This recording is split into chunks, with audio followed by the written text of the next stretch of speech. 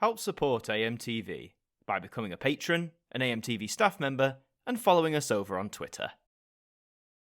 Hi there guys, it's Adam Martyn here, and welcome back to another video. And today we're going to be talking about Freeview and how something has happened that has basically made Freeview go off the air for some viewers. First of all, you might notice my voice sounds a little bit deeper today. I've not been very well over the past few days. I'm not feeling 100%, but I did want to make this video and talk about this topic, so I do hope you enjoy it. Just bear with me with the deeper, slightly croakier voice. So what's going on? I saw a recent article over on RXTV. As always, go and check them out. They do great articles about the media landscape in general, which says Freeview technical change could make older screens go blank. Now, this might raise some eyebrows anyway. We've talked a lot over the last few years about how Freeview is ultimately going to be phased out, how Freely, the replacement service, is going to be the optimum for both the broadcasters and ultimately the viewer going forward. But in terms of that Freeview switch off, it's constantly been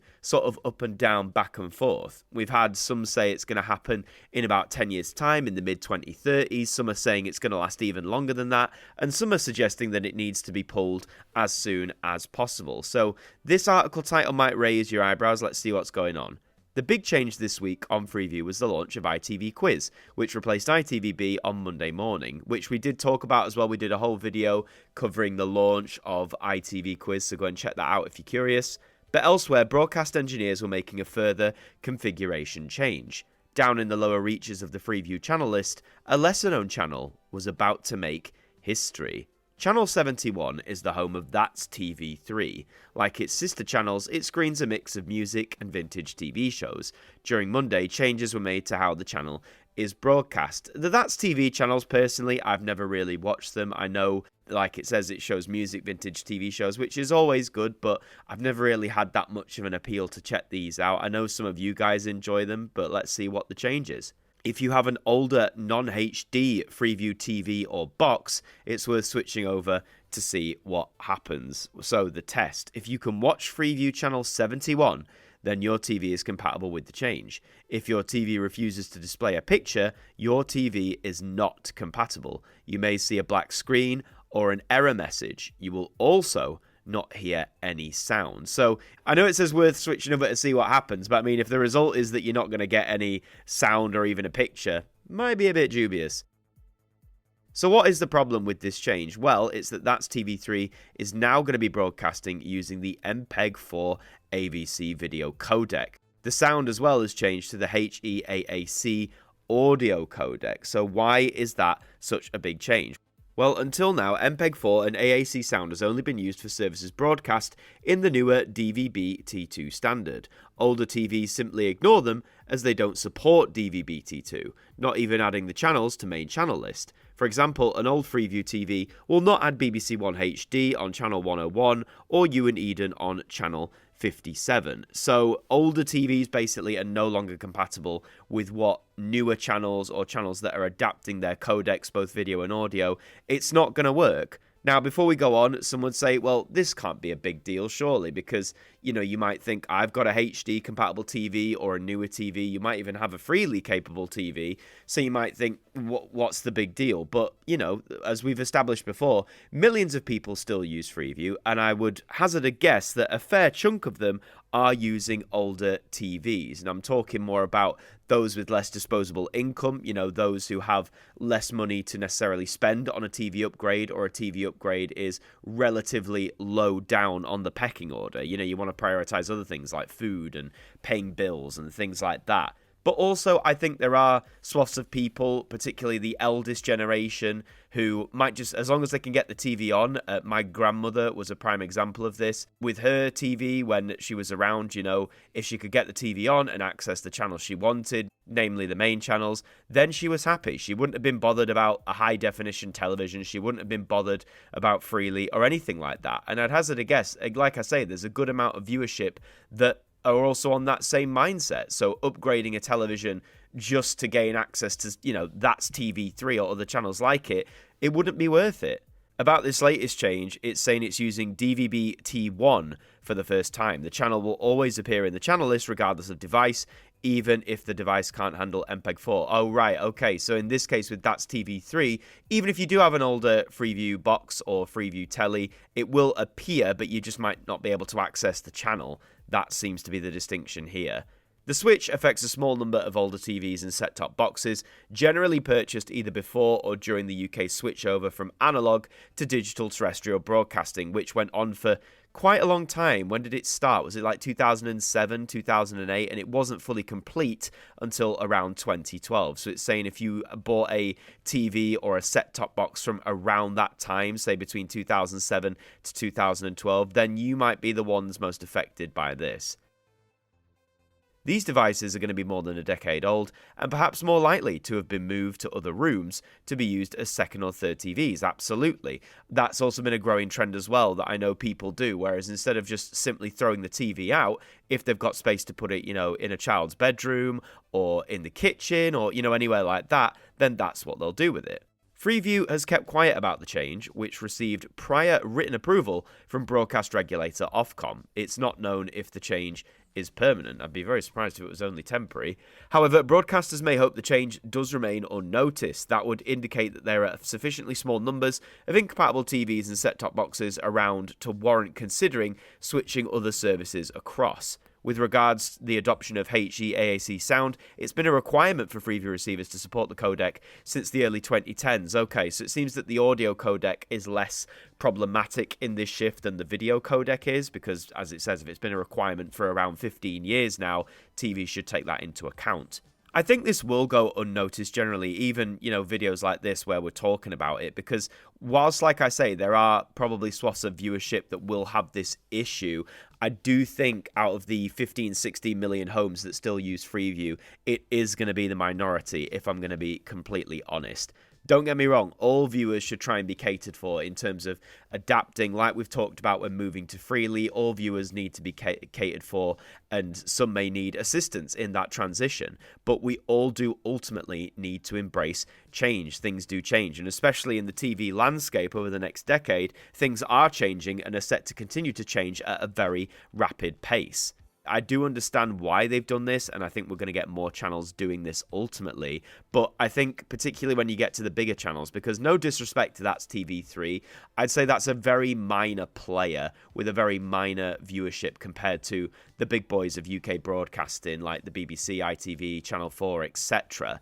If you're going to move those over, if you're going to change the codecs of those, then I think it needs to be more clearly signposted that, if you have an older TV or box from a certain era, then you need to upgrade pretty promptly. It says, is the change linked to something else? Yes, the switch means That's TV3 is using less bandwidth than before. That in turn frees up space for Channel 4 to make an important change to one of its channels shortly. Ooh, I wonder what that is. Missed that one. That's TV's other services on Freeview aren't impacted by the MPEG-4 change. Well, that might give broadcasters more incentive to keep moving these codecs over anyway. If it's going to use less bandwidth, that frees up more space for other channels.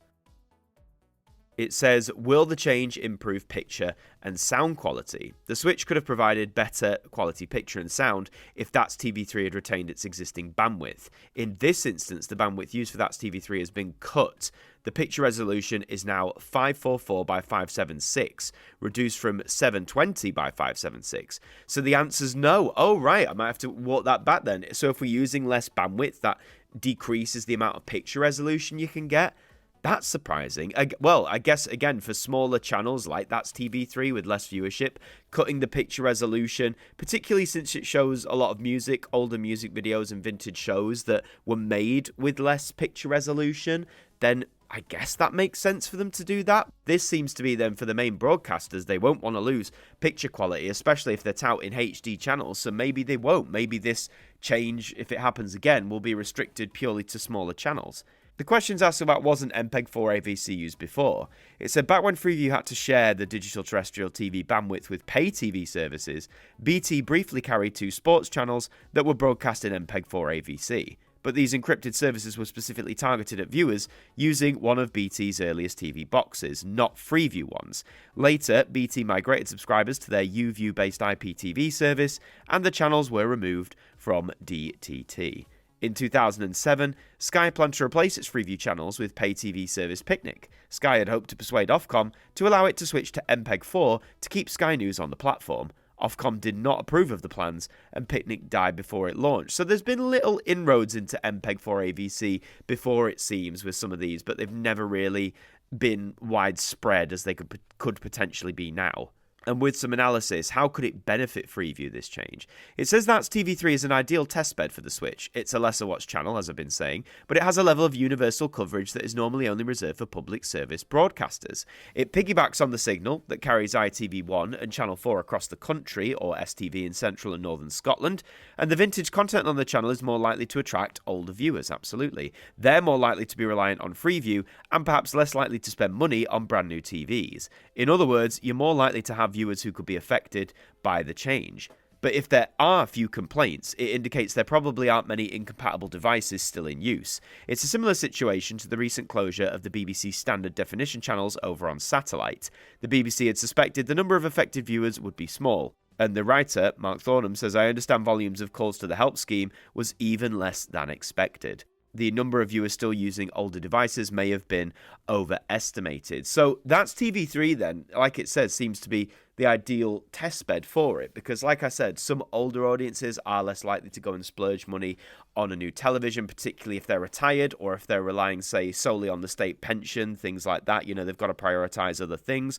But if the older devices were less than expected, they may have already upgraded initially. You know, if they're saying the only ones affected are from the period of the digital switchover, so again, between sort of 2007 and 2012, I mean, we're already 13 years away from the end of that, and that's plenty of time for at least one upgrade to have happened since then. Do you know what I mean? So maybe most audiences have already done that. I've known cases of families as well, when the younger members of the family are getting rid of their TVs, they might give them to the grandparents or the older generation. So I guess in this test aspect, this is a good thing that they've had less calls about complaints, because it implies that most are already capable of receiving the channel even with the Switch. It says, meanwhile, terrestrial TV viewing is in decline, meaning the cost per viewer of delivering the service is increasing. Switching more of Freeview to MPEG-4 AVC might be one way of making a more efficient use of the bandwidth. This in turn opens up various cost-saving opportunities.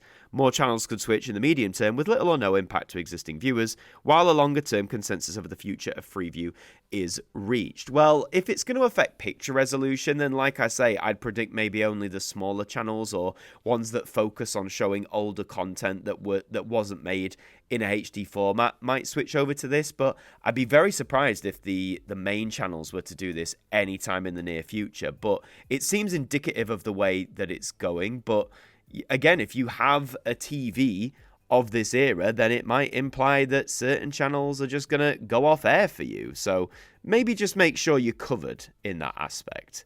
Whilst we're talking about the big boys of broadcasting as well, just a note on the BBC and the whole licence fee thing. Another article claims that the BBC clings on to the mandatory licence fee. Now, when I read that, I thought that was a massive step in the wrong direction. I think, if anything, the BBC needs to move away from the licence fee at some point in the future, but let's see what this gets into.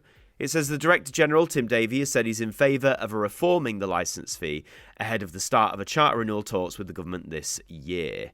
At a recent conference, he said, or his comments strongly suggest, the BBC will go into discussions over its future, attempting to retain a version of the licence fee for another decade, despite growing hostility towards the mandatory change. And if this is true, this is exactly what I feared would be the outcome, that all these potential avenues would be discussed, and all that we get back would be, oh, well, we'll just keep the licence fee in some way, shape or form. There is growing hostility. You can find that in every sort of avenue you can find, and I think it's fair to say that hostility is not going away anytime soon. So I think retaining it is just putting a very weak sticking plaster over this wound. It makes the point that in 2023, 500,000 homes stopped paying the fee. So, I mean, that's pretty indicative. That is not a good decline that you want. Davey did say he didn't want the same system exactly to go out again. I think there's reform in terms of the scope of the licence fee and how progressive it is, because the market is changing. Now, we've done videos on this before, so I'm not going to get fully into it here, but it just brings up a lot of points that we have seen before about, oh, this could be bundled into council tax. There are pros and cons to that. Or it could be, there could be a discount if you're on universal credit. Or this could be, depending on if you earn more, maybe you pay more of a license fee. And if you earn less, you pay less. There are all these avenues that, like any idea in this realm, are going to have inherent pros and cons that some people are going to like and some people are going to absolutely despise. I think this is inevitable no matter which route the BBC goes. But again, I think this wording of like clinging on to the license fee, I do worry that it's going to, bite the BBC in the bum as the years go on. There was just a little minor update there. Again, I didn't want to go fully into it because we have talked about it before, but I'd be interested to see if your views on this have changed now. Do you think the license fee should be retained in some form, or do you think there needs to be a completely new system? But that is the major part of this video. Like I said, the main part I wanted to address was the small change in some of these Freeview channels and how for some people they are going or basically like disappearing from the airwaves, so just keep that in mind. But if you enjoyed this video, please leave a like on it. If you got this far, thank you for sticking around till the end, despite the fact I'm not in the best of health right now. Hopefully that will improve over the coming days. Let me know your thoughts on all of this in the comments down below. Subscribe to the channel if you're new as well. We'd love to have you aboard. In the meantime, I've been Adam Martyn from AMTV. Thank you for joining me, and I'll see you next time.